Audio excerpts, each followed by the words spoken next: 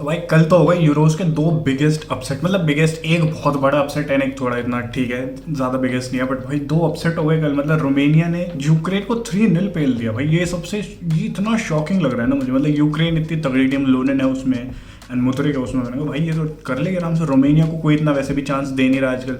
रोमेनिया को हर कोई कह रहा है कि भाई ठीक है लास्ट फिनिश कर देंगे या जैसे तैसे, बेस्ट जो फिनिश कर सकते हैं वो थर्ड कर सकते हैं।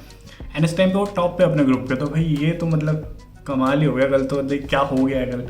एंड रोमेनिया ने भाई 3-0 आई थिंक तगड़ा खेला कल। रोमेनिया भाई बहुत तगड़ी खेली कल। एंड लूनिन की घटिया परफॉर्मेंस, यूक्रेन की घटिया, मुद्रिक बहुत अच्छा खेला कल, बट बाकी प्लेयर्स बेकार भाई, बेकार भाई। रोमेनिया ने बिल्कुल धागे खोल दिए। 3-0 की एक विन, कंफर्टेबली टॉप पे पहुंच गए रोमेनिया। एंड अगर एक मैच और जीत जाते हैं वो, तो भाई वो तो फिर क्वालिफाई कर लेंगे आराम से। थर्ड भी फिनिश कर रहे हैं तब भी आई थिंक कर सकते हैं वो क्वालिफाई।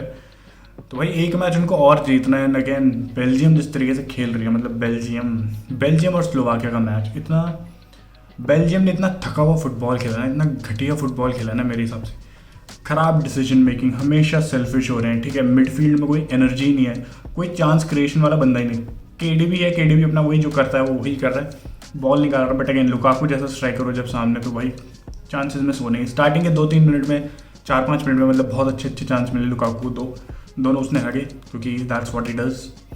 एंड बट उसके बाद तो भाई लुकाकू के पास और चांसेस मिले, उसने सारे के सारे चांसेस हगे। डोकू घटिया परफॉर्मेंस, बिल्कुल सेल्फिश प्लेयर, डिसीजन मेकिंग बिल्कुल खराब। एक तो उसको आउट ऑफ पोजीशन खिला दिया, उसको राइट विंग पे खिला दिया। एक्चुअली में वैसे वो लेफ्ट विंगर है, बट ट्रोसार्ड को फिट इन करने के लिए उसको लेफ्ट विंग पे डाल दिया, ट्रोसार्ड को राइट विंग पे डोकू को डाला। एंड उसका पूरा गेम खराब हो गया, वहाँ पे कुछ नहीं कर पाया वो, बिल्कुल अनइफेक्टिव मैं बोलूँगा। बॉल आ रही है, ड्राइव इन कर रहा है सीधा, बट अगेन डिसीजन मेकिंग वहाँ पे खराब। पहले स्क्वायर कर देनी चाहिए, बट एक्स्ट्रा टच ले रहा है, एक्स्ट्रा ड्रिबल करने की कोशिश कर रहा है, प्लेयर्स को, डिफेंडर को ड्रिबल पास करने की कोशिश कर रहा है। एंड उससे क्या हो रहा है कि वो डिफेंडर ब्लॉक कर दे रही है, इसीलिए तो उसकी एक भी बॉल जा ही नहीं पा रही थी। ना वो क्रॉस डाल पा रहा है, ना वो स्क्वायर कर पा रहा है, ना वो कटन कर पा रहा है, वो कुछ भी नहीं कर पा रहा वहाँ से। तो बिल्कुल अनइफेक्टिव हो गया वो। एंड पहला गोल जो पड़ा है, जो ओनली गोल जो पड़ा है, वो डोकू की गलती की वजह से ही पड़ा है, क्योंकि अगेन बार बार टेक ऑन लेने की कोशिश कर रहा है एंड उसमें बॉल गिव अवे होती है एंड गोल होता है वहाँ पे। स्लोवाकिया की तरफ से भाई अगर मैं बोलूँ तो बहुत तगड़ा परफॉर्मेंस डिफेंसिवली। हैंको की बहुत ज़्यादा अच्छी परफॉर्मेंस, वैवरो की बहुत ज़्यादा अच्छी परफॉर्मेंस, क्रीनियर की बहुत अच्छी परफॉर्मेंस, डुब्राव का भी। अगेन ये सारे प्लेयर्स रॉक। डिफेंसिवली तो स्लोवाकिया वर ब्रिलियंट बिल्कुल। एंड मिडफील्ड में लबोटका की बहुत अच्छी परफॉर्मेंस लगी मेरे को, डूडा की सही थी, कुका की सही थी। एंड तो मतलब प्लेयर्स इनके काफ़ी सारे। एक हैरासलीन था भाई, उसने तो हरास कर दिया बिल्कुल डिफेंडर्स को बेल्जियम के, तो वो तो भाई बहुत ही ज़्यादा तगड़ा। तो भाई स्लोवाकिया की भाई डिजर्व विक्ट्री 1-0 की। मतलब बेल्जियम ने 2 गोल स्कोर करे, एक ऑफ साइड हो गया अगेन लुकाकू। वो मेरे को समझ नहीं आ रहा, मतलब वो किसका हेडर था मैं भूल गया। वो आई थिंक मंगाला का हेडर था या फिर उसका था, मंगाला का था या फिर ओनाना का था, इन दोनों में से किसी एक का हेडर था वो। एंड वो पता नहीं गोल जा रहा था या नहीं। लुकाकू अगर आई थिंक वो गोल जा रहा था जिस एंगल से मैंने देखा। एंड लुकाकू ने उसमें पैर लगाया, लुकाकू ऑफ साइड था। तो मतलब भाई लुकाकू ऐसे बड़े मैचेस में कैसे हक देता है, मेरे को समझ नहीं आता। मतलब लुकाकू, मेरे को कभी भी लुकाकू के अराउंड जो हाइप है ना, वो कभी समझ नहीं है। लुकाकू मेरे हिसाब से घटिया प्लेयर है, बिल्कुल घटिया। स्ट्राइकर का काम होता है गोल स्कोर करना, एंड लुकाकू इतने चांसेस हगता है ना। कल लुकाकू हैट्रिक स्कोर कर सकता था जितने उसको चांसेस मिले थे अच्छे अच्छे। एंड ये सारे ऐसे चांसेस हैं जो स्ट्राइकर्स कन्वर्ट करते हैं, बट उसके बाद भी एक भी चांस वो कन्वर्ट नहीं कर पाया।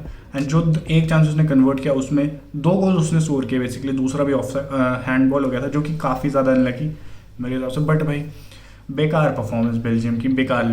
केडीबी मेरे को सही लगा, बाकी तो सब ऐसे थे। ट्रोसार्ड भी इतना कुछ खास नहीं। एंड देन सेकंड हाफ में भाई टेडेस्का चेंज करते हैं भाई, टेलेमिन्स को लाया जाता है ट्रोसार्ड की जगह पे, डोकू की जगह पे ओपेंडा को लाया जाता है, एंड लुके बाकियो को लाया जाता है। तो एंड जैसे ही ट्रोसार्ड और डोकू भाई सब आउट होते हैं, उसके बाद लुके बाकियो और ओपेंडा आता है भाई। जो विंग्स पे जो गेम बेल्जियम का खराब बन रहा था भाई, वो एकदम लाइवली हो जाते हैं। मतलब विंग्स दोनों, लेफ्ट विंग पे ओपेंडा बिल्कुल धागे खोल रहा था, एंड उसने एक बहुत अच्छा चांस बनाया एंड वो गोल स्कोर होता वहाँ पे। बट अगेन बहुत अनलकी, बहुत अनलकी। मतलब वो अगर तुम्हारे फेवर में जा रहा है ना तो तुम बहुत लकी हो, एंड अगर तुम्हारे अगेंस्ट जा रहा है तो बहुत ही ज़्यादा अनलकी। मतलब वो डिसीजन ऐसे अगेन कुछ फ़र्क पड़ता नहीं उससे, क्योंकि हाथ पे लगी बॉल, फिंगर्स पे लगी बेसिकली, ट्रैजेक्टरी में कुछ फ़र्क नहीं पड़ता बॉल की।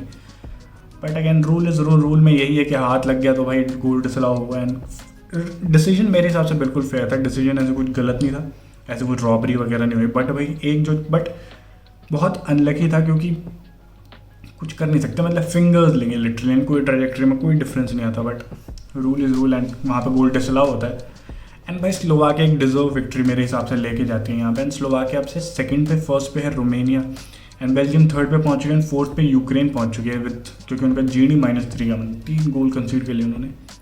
उसके बाद जो एक रात मैच था वो था फ्रांस वर्सेस ऑस्ट्रिया। काफ़ी एंटरटेनिंग गेम मेरे को लगा। 1-0 से फ्रांस जीत गई। वॉबर ओन गोल स्कोर करता है वहाँ पे। एम्बापे पूरा ट्रिकरी करता है अपना राइट विंग पे, लेफ्ट विंग पे खेल रहा था एम्बापे, राइट विंग पे आता है, राइट विंग पे जाके ट्रिकरी करके एक क्रॉस डालता है, वो वॉपर गलती से अपने नेट में पुट इन कर देता है। ऑस्ट्रेलिया की परफॉर्मेंस मेरे को काफ़ी सही लगी, बट चांसेस नहीं बने उन पर। मतलब बहुत सारे ऑस्ट्रेलिया सब कुछ सही कर रही थी, मतलब गेम प्ले वाइज ना, डिफेंड अच्छे से कर रही है, बॉल अच्छे से मूव कर रही है, काउंटर पे हिट कर रहे हैं, बट अगेन फाइनल प्रोडक्ट बहुत ज़्यादा लेंट, बहुत ज़्यादा चांसेस ऐसा लगा ही नहीं मेरे को पूरे गेम में कि ऑस्ट्रेलिया गोल स्कोर भी कर सकती है। तो ऐसा कोई मेजर थ्रेट उन्होंने प्रोड्यूस नहीं किया। बट फ्रांस है भाई, क्वालिटी इतनी ज़्यादा उनके पास, इंडिविजुअल क्वालिटी इतनी ज़्यादा, मतलब एक तो एम्बापे है, डेम्बेले है, एंड तो अच्छा खेले ये लोग। कांटे बहुत तगड़ा खेला भाई। कांटे से इतना मैंने सोचा नहीं था, मतलब वो सऊदी में खेल रहा है इस तरीके से आता है। Austria is not a bad team भाई, बहुत तगड़ा खेली ऑस्ट्रिया के लिए। वैसे अगर तुम देखो राल्फ रैगनिक ने टीम को बिल्कुल चेंज कर दिया।